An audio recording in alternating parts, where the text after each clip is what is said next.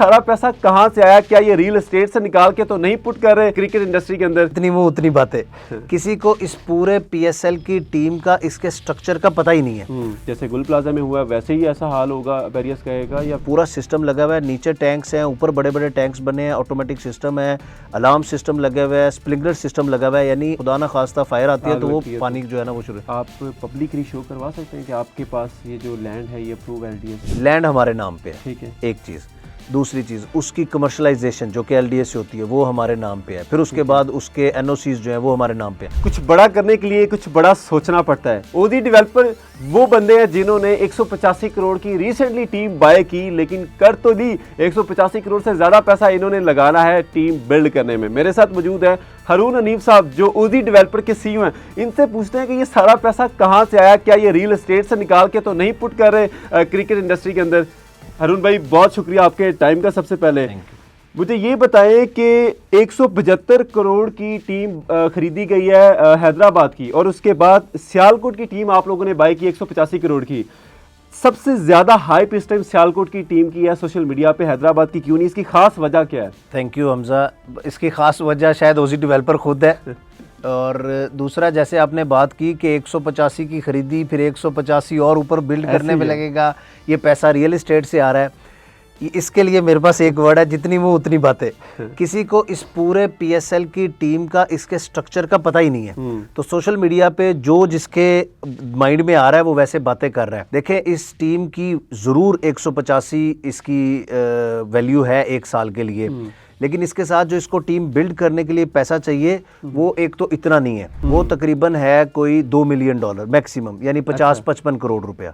फिर प्लस इसके अंदर शेयर आपको पीसीबी ने डालना है, तकरीबन $3.5 मिलियन, यानी कि समझ ले 1 अरब से ऊपर, तो 100 करोड़ तो पीसीबी ने आपको देना है।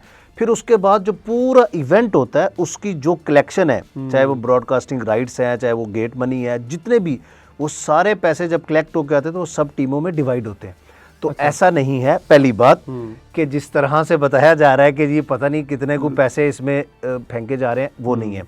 दूसरा पॉइंट ये है कि ये ओजी डेवलपर ज़रूर पार्ट है ओजी ग्रुप का, तो एक ये टीम बाय की है ओजी ग्रुप ने, जिसमें हमारे ऑस्ट्रेलिया में बिजनेसेस हैं, हमारे पाकिस्तान में और भी वेंचर्स हैं, जिसमें आईटी हमारा बहुत बड़ा है, जिसमें वाइज मार्केट और वाइज व्हील्स भी हैं। तो हमारे पूरे ग्रुप ने ये खरीदी है। दो चीज़ें। लास्ट चीज़ ये है, इसमें हमारे साथ हमारे को ओनर्स भी हैं, को पार्टनर्स भी हैं, जहाँ पे ये सारा कुछ डिवाइड हो रहा है। तो ऐसा नहीं है जैसा आपका सवाल था कि शायद रियल एस्टेट का पैसा सारा इसमें जा रहा, नहीं है सर। ठीक है अरुण भाई, ये बताएं, जैसे आप लोगों का ओजी का स्लोगन है द नेम ऑफ कमिटमेंट, आप लोग माशाल्लाह रियल एस्टेट के अंदर भी काफ़ी टाइम से काम कर रहे हैं। बैरियस स्काई जो कि एक मेगा प्रोजेक्ट आप लोगों का आपने डिलीवर किया है, ये डिलीवर अभी कंप्लीट नहीं हुआ। अगर नहीं हुआ तो साथ आपने बैरियस स्काई 2 लॉन्च किया है, क्यों किया? उसकी क्या ज़रूरत थी लॉन्च करने की? देखिए, पहली बात, बिजनेस, किसी भी बिजनेस में ऐसा नहीं है कि आप एक प्रोजेक्ट पे काम कर रहे हैं तो वो उसको आपने ख़त्म करना है फिर दूसरे में जाना है, वरना वो बिजनेस बैठ जाएगा। किसी भी बिजनेस में आपको मुसलसल प्रोग्रेस की ज़रूरत है, ग्रोथ की ज़रूरत है। हाँ, पहला कंट्रोल में आ जाए, दूसरे की तरफ जाना चाहिए। बैरियस स्काई 1 की अगस्त 2027 में कंप्लीशन टाइम है।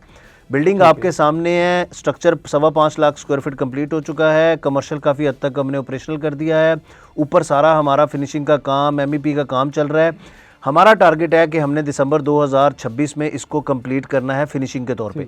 सोल्ड आउट है 98%, यहाँ पे और कुछ नहीं है।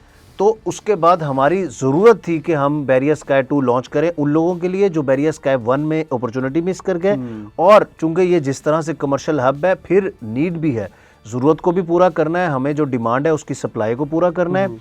और डेफिनेटली अगर आप प्रोजेक्ट लॉन्च कर रहे हैं, अगर प्रोजेक्ट अपने टाइम पे बन रहा है और कंस्ट्रक्शन हो रही है, डिलीवर हो रहा है, तो वाई नॉट, आपकी डिमांड है, आपको आपने बात की जैसे फिनिशिंग हो रही है इसकी बैरियस स्काई की। जैसे रिसेंटली एक वाकया हुआ, गुल प्लाजा के अंदर आग लग गई, ठीक है, और आग लगने की वजह भी आपको पता है, वहाँ तो फायर सिस्टम भी अच्छे नहीं थे, मेंटेनेंस अच्छी नहीं थी। आप ये प्लाजा छोड़ के, मोस्टली क्या करते हैं लोग, प्लाजा बनाते हैं, उसके बाद एग्जिट करके अगले पे मूव हो जाते हैं, यहाँ मेंटेनेंस नहीं देखते। एक तो मेंटेनेंस आप लोग खुद इसको देखेंगे या नहीं, और दूसरा आग लगने की सूरत में क्या आपने क्या इकदाम किए हुए हैं कि जैसे गुल प्लाजा में हुआ वैसे ही ऐसा हाल होगा बैरियस कहेगा, या फिर आपने कुछ सेफ्टी पॉइंट ऑफ व्यू से क्या कंसर्न? देखिए वो जो कराची वाली आप बात कर रहे हैं वो बड़े पुराने प्लाजे हैं। अब तक जितने भी लग रहे हैं इस तरह का कोई हादसा हो रहा है तो वो पुराने हैं, एक चीज़। दूसरा, अभी रिसेंटली पिछले को कम से कम 10 साल से गवर्नमेंट ने बड़ी सख्ती की हुई है दो चीज़ों के ऊपर। एक, कोई भी बिल्डिंग बन रही है उसकी पार्किंग उसकी रिक्वायरमेंट के मुताबिक पूरी होनी चाहिए। आप हमारी किसी भी बिल्डिंग में देखें, मैं आपको जस्टिफाई करूंगा कि हमारी पार्किंग का क्या है। मैंने एक बार आपके साथ बड़ा डिस्कशन भी की थी इसके ऊपर कि पार्किंग की रिक्वायरमेंट होती क्या है। दूसरा, फायर फाइटिंग सिस्टम के ऊपर। अब इस बिल्डिंग के अंदर भी हमारी सभी में, और ऐसा नहीं है कि हम ना भी करना चाहिए, गवर्नमेंट के जो इदारे हैं वो इस टाइम इसके ऊपर बिल्कुल भी इजी नहीं, बहुत एक्टिव है, बहुत एक्टिव है वो। अब इसके अंदर पूरा फायर फाइटिंग सिस्टम लगा है। अभी भी आप हमारे ऑफिस में चीज़ों को आप बल्कि इसमें शॉट्स डालिएगा, पूरा सिस्टम लगा हुआ है। नीचे टैंक्स हैं, ऊपर बड़े बड़े टैंक्स बने हैं, ऑटोमेटिक सिस्टम है, अलार्म सिस्टम लगा हुआ है, स्प्रिंकलर सिस्टम लगा हुआ है। यानी ऐसा नहीं है कि वहाँ कहीं कुछ सिलेंडर्स पड़े होंगे, वो भी हैं, लेकिन उसके साथ साथ पूरी बिल्डिंग में पाइपिंग हुई हुई है, स्प्रिंकलर सिस्टम है, जैसे सेंसर लगे हुए हैं, खुदा ना खास्ता फायर आती है तो वो पानी जो है ना वो शुरू। तो ये सिस्टम ऑलरेडी बना है। फिर इसके साथ एमरजेंसी एग्जिट्स बनाए हुए हैं जो कि प्रेशराइज्ड एमरजेंसी एग्जिट्स हैं। उसका मतलब ये है कि खुदा ना खास्ता आग लगने की सूरत में अगर 1000-1200 तक भी टेम्परेचर चला जाएगा तो वो जो एमरजेंसी 2 एग्जिट्स हैं, स्टेयर्स हैं, 2 घंटे तक वो वहाँ पे टेम्परेचर वो नहीं होगा जो बाकी बिल्डिंग आग की सूरत में होता है। तो आपके पास 2 घंटे होंगे कि आप भाग के अपने नियरेस्ट एग्जिट में जाएं और वहाँ से आप नीचे उतर जाएं। तो सिस्टम बने। अच्छा, आप भी रिसेंटली आप लोगों ने शेयर होल्डर डील लॉन्च की है इसी बैरियर स्काई के अंदर। तो नॉर्मली ऐसे बहुत बिजनेस में कम होता है कि आपको गारंटीड जो है ना प्रॉफिट मिले। आप एवरी मंथ गारंटीड या 1% रेंटल दे रहे हैं, ईयरली बात करें तो 12% दे रहे हैं। तो ये क्या असूलों, शरिया तौर पे देखा जाए असूलों के खिलाफ? पहली बात, ये प्रॉफिट नहीं है। दूसरी बात ये है कि ये रेंट है। अच्छा, रेंट में भी आप कॉन्सेप्ट को समझ लें। अगर कोई चीज़ बनी नहीं हुई, अभी सिर्फ फाइल में है, कंस्ट्रक्शन नहीं है, कुछ भी नहीं है, और आप कहते हैं कि मुझसे आप कोई फाइल खरीदें, मैं आपको इसके ऊपर रेंट दूंगा, तो ये सूद है, इसमें कोई दो राय नहीं। अच्छा, अगर कोई चीज़ बनी हुई है, मिसाल के तौर पे आपका एक प्लॉट है, खाली प्लॉट है, क्या मैं वो रेंट पे आपसे ले सकता हूँ कि हमजा भाई मुझे रेंट पे दे, मैंने गाड़ी पार्क करनी है? अगर तो बिल्डिंग स्ट्रक्चर है तो फिर तो पॉसिबल है। क्यों नहीं? अगर स्ट्रक्चर है, नहीं मैं बात करूं, अगर स्ट्रक्चर बना हुआ है, अब एक फ्लोर है, मैं आपसे क्या ग्रे स्ट्रक्चर में भी तो उसको ले सकता हूँ कि जी मुझे वो दे, मैंने वहां पे। तो पहली बात तो ये रेंट है, ये प्रॉफिट नहीं है। दूसरी बात ये है कि जो आपने शेयर क्लब डील की बात की, ये हमसे एक ब्रांड ने 12,000 स्क्वायर फीट का एरिया रेंट आउट किया। ठीक है। आपने मिसाल के तौर पे एक बड़ा स्टोर है, आप मेरे से रेंट कर रहे हैं 12,000 पे। अच्छा, वो अब उसका ऑनर एक नहीं है, उसके 10 ऑनर है, तो मैं बीच में आ गया कि यार वो 10 ऑनर मेरे से कॉन्ट्रैक्ट करेंगे, मैं आपके साथ करूंगा। तो जेन्युइन ऑन ग्राउंड चीज़ है। अब ये प्रॉफिट नहीं है, ये रेंटल है। अच्छा, रेंटल तो आप पहले एग्री करते हैं कि जी मैं आपका घर ले रहा हूँ, 2 लाख रुपया रेंट होगा, मैं घर ले रहा हूँ 4 लाख रुपये, तो इसका मतलब आप ये कहोगे कि ये 2 लाख रुपया प्रॉफिट है? प्रॉफिट नहीं है, तो ये रेंट है। तो रेंट एग्रीमेंट हुआ है, रेंट एग्रीमेंट हमारा 3 साल का है, जो कि उसके बाद कंटिन्यू कर सकता है, आप वापस जा सकते हैं, आप रेंट कैंसिल कर सकते हैं, कुछ भी वो आपकी अगर इन केस वो कंपनी जिन्होंने रेंट पे आपसे जगह ली है वही छोड़ जाती है तो हम बीच में है ना। अच्छा, वो फिर हमारा काम है। अच्छा, इसी वजह से अगर आप कंपनी है और ये क्लाइंट है, आपने इनसे किया होता और आप छोड़ जाते, आप इसको समझिएगा, तो इसका मतलब उनकी स्पेस खाली होगी। आपसे रेंट पे दिया मैंने, इनसे रेंट पे लिया मैंने सब लीज किया, तो आप छोड़ भी जाएंगे तो मेरा इनके साथ एग्रीमेंट स्टैंड कर रहा है। फिर मैं को महीना खाली भी रहे, मैं नया टेनेंट खुद लाऊंगा। तो ये एज अ डेवलपर इसको मेक श्योर कर रहा हूँ कि ये चीज़ें स्मूथ चलें। अदरवाइज अगर ये इस तरह ना हो, 50 लोग हैं एक प्रॉपर्टी के मालिक, तो वो एक टेनेंट के साथ तो उनकी आपस में अंडरस्टैंडिंग ही नहीं बनेगी। ऐसे ही। अच्छा अरुण भाई, बहुत सारे कंसर्न होते हैं सिक्योरिटी को लेके, ठीक है। इसका फॉर एग्जांपल एक बंदा आपको करोड़ रुपया दे देता है, आपसे प्रॉपर्टी ले लेता है, आप 1 लाख रुपए सालाना उसे माहाना जो है वो रेंट देने लग जाते हैं, आप नहीं देते, डेवलपर की तरफ से रेंट नहीं जाता, तो इसको कैसे आप लोगों को? बिल्कुल उस तरह मैंने आपका घर रेंट पे लिया, 2 महीने मैंने रेंट दिया, तीसरे महीने मैंने आपसे कहा हमसे साहब भाग जाओ, मैं नहीं देता रेंट, तो आपके पास क्या आपके पास ऑब्वियसली लीगली हम आपके साथ लीगल कॉन्ट्रैक्ट कर रहे हैं, लीगल एग्रीमेंट। अगर कोई एक 5 मरले के घर पे बैठा हुआ टेनेंट रेंट नहीं दे रहा, जो कानूनी इख्तियार उसके मालिक को है, वही कानूनी इख्तियार उस शेयर होल्डर डील वाले के पास भी है, लीगल एग्रीमेंट है, 1200 के स्टाम्प पेपर पे हुआ ठीक है। सिर्फ स्टाम्प पेपर मिलेगा या फिर आप वो तो देखें दो चीजें हैं ना, एक तो प्रॉपर्टी डॉक्यूमेंट मिलने वो एक अलग चीज है, ठीक है। फिर उसके बाद उनका रेंटल एग्रीमेंट है। वो रेंटल एग्रीमेंट जैसे किसी भी प्रॉपर्टी का होता है, चाहे कमर्शियल है, रेजिडेंशियल है, स्टाम्प पेपर के ऊपर रेंटल एग्रीमेंट है, रेंटल कोर्ट्स बनी हुई, आप वहाँ जाएंगे, पहले आप दिखाएंगे ये मेरी प्रॉपर्टी है और ये साहब ने मेरे से रेंट पे लिया, अब ना तो ये मुझे उसका कुछ चीज़ दे रहे हैं और ना रेंट, तो वो तो देखें इस तरह तो हो नहीं सकता। ठीक है। अच्छा, लाहौर स्काई जो कि आपका 50+ अरब का प्रोजेक्ट है, एक कम्युनिटी है और इतना मेगा प्रोजेक्ट आप बना रहे हैं, उसका आपने लॉन्च किया था, 1 साल होने वाला है अभी, ये मेरे ख्याल से बेसमेंट में आप इसकी बड़ी राफ्ट करने जा रहे हैं और अभी 3 साल रह गए हैं, कैसे मुमकिन है 3 साल में आप इतना बड़ा प्रोजेक्ट बनाएं? पहली बात, टीम की तरह ये भी 50 अरब और ये फिगर्स लोगों के हैं। अच्छा, इसको मैं ना डिनाई कर रहा हूँ ना ऑन कर रहा हूँ। दूसरी बात जो आपने बात की, यस वो एक बड़ा प्रोजेक्ट है, मेगा प्रोजेक्ट है, ये बैरियर्स का है, 1-2 से कहीं ज़्यादा ऊपर का प्रोजेक्ट है।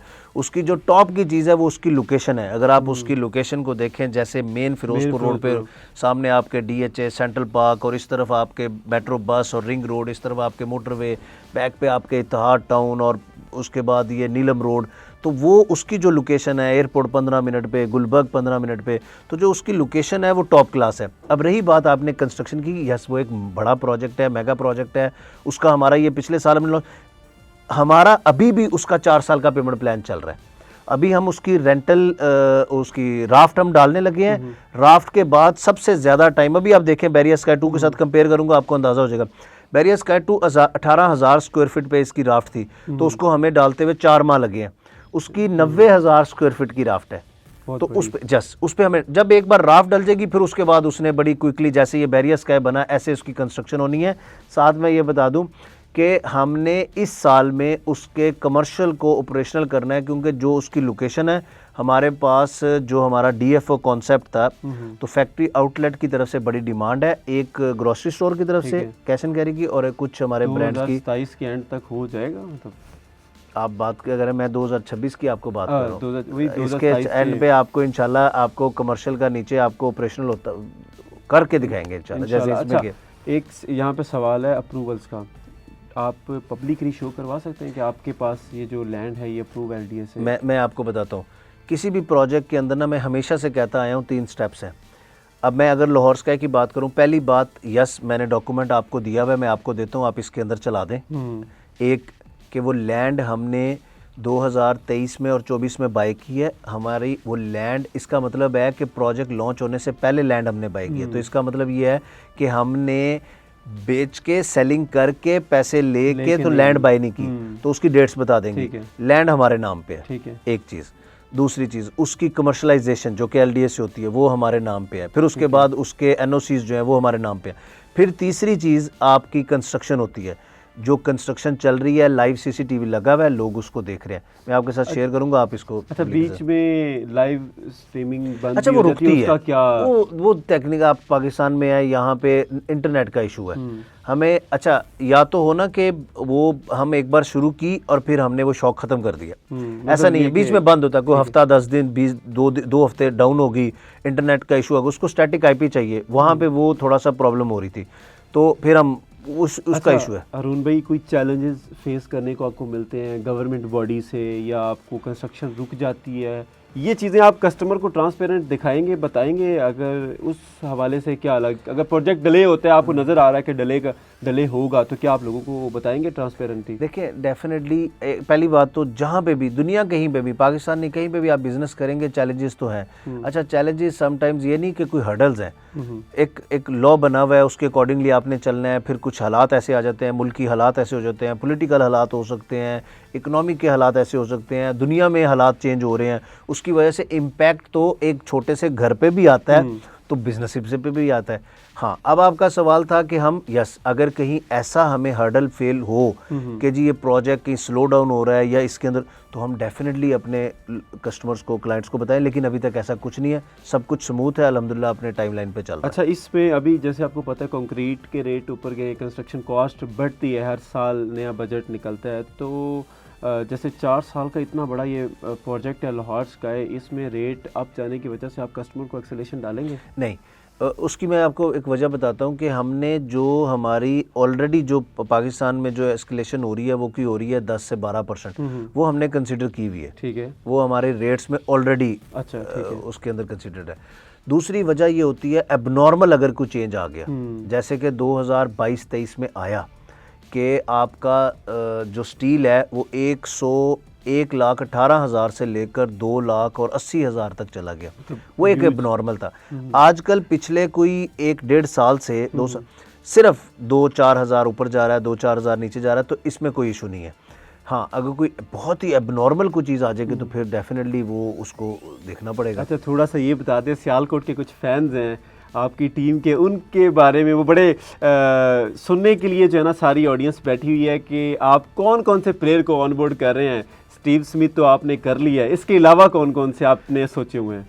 बात यह है कि मैं कहीं अब जब से ये हुआ, हम में से कोई भी कोई प्राइवेट महफिल में बैठ के भी कोई नाम ऐसे ले लेना तो मुझे समझ नहीं आती वो सोशल मीडिया पे पहुंच कैसे जाता है ऐसे और वो न्यूज़ भी आ जाता है। लोग तो कह रहे हैं शुएब मलिक को भी ये लोग कर रहे हैं, कुछ उसके भी बाद नहीं। रिजवान भी सुनने को आ रहा है। मेरे होठ बंद है, कुछ भी नहीं। हमने ये डिसाइड किया था कि क्योंकि 11 को ऑक्शन हो रही है प्लेयर्स की, तो उसमें आप देखेंगे कि कौन कौन सा प्लेयर जो है वो सियालकोट स्टैलियन पिक कर रही है और कौन से प्लेयर्स आ रहे हैं, और सारा इंशाल्लाह ये कुछ दिन रह गए, सब कहानी खुल जाएगी। और उनमें अगर सियालकोट वाले फैंस आपके इन प्रोजेक्ट में कहीं भी प्रॉपर्टी लेते हैं तो उनको कोई फेवर देंगे? आपकी अपनी टीम भी है, वो आपके फैंस भी हैं, तो रियल एस्टेट में उनको कहीं ना कहीं रिलैक्सेशन देंगे आप डिस्काउंट की शेप में? या नहीं, दो चीज़ें हैं। एक, उनको डेफिनेटली हमारे जो प्रोजेक्ट्स हैं उसके अंदर उनको, आपका चूँकि सवाल अब आया, मैं इस पे ऊपर पूरा वो दे दूँ, उनको हम करेंगे, कोई ना कोई डील देंगे, कोई अच्छा कंपनसेट करेंगे, एक चीज़ होगी। दूसरा, जब PSL आ रही है इसके ऊपर मैं इंशाल्लाह एक बड़ी अच्छी ऑफ़र निकालूंगा कि जो हमारे कस्टमर्स हैं उनको हम ग्राउंड में जाकर टीम से मिलने और सियालकोट स्टैलियन का मैच लाइव देखने और ग्राउंड में वो पूरा का पूरा जो है ना वो एंजॉय करने का पूरा मौका देंगे। कोई भी प्रॉपर्टी मतलब लेते हैं, वो हम पूरा बिल्कुल, कुछ भी, बैरियर स्काई, लाहौर स्काई या बैरियर स्काई 2 जो कि अभी लॉन्च हुआ है, इस प्रोजेक्ट में अगर वो अपार्टमेंट या कमर्शियल शॉप बाय करता है तो लाइव जो है, चाहे वो स्टेव, किसी की फरमाइश अगर होती है कि मुझे स्टेव स्मिथ से जो है ना आप ये फाइल दिलवाए, तो ऐसा भी होगा या यस, इसको भी देखा जा सकता है, इसको देख लो, यस ज़रूर इंशाल्लाह। सियालकोट वालों, आप लोग रेडी हो जो, आप लोग अगर प्रॉपर्टी बाय करते हो उसी की किसी भी प्रोजेक्ट के अंदर, तो आपको मिलने का मौका मिल सकता है उस टीम के साथ जिसके आप ख्वाहिशमंद हैं, चाहे वो स्टेव स्मिथ है या रिजवान हो सकता है, शुएब मलिक हो सकता है, कोई भी जो इस टीम का पार्ट होगा। और thank you so much Arun भाई आपके टाइम का, और नेक्स्ट वीडियो में आपसे मुलाकात होती है। बाकी कोई भी आपकी क्यूरी हो इस प्रोजेक्ट को लेके, Lahore sky, barrier sky 1 and barrier sky 2, या फिर शेयर होल्डर डील, तो आप CB ग्रुप से रब्ता कर सकते हैं, number mention in this bio. अपना बहुत सारा ख्याल रखें, अल्लाह हाफिज़।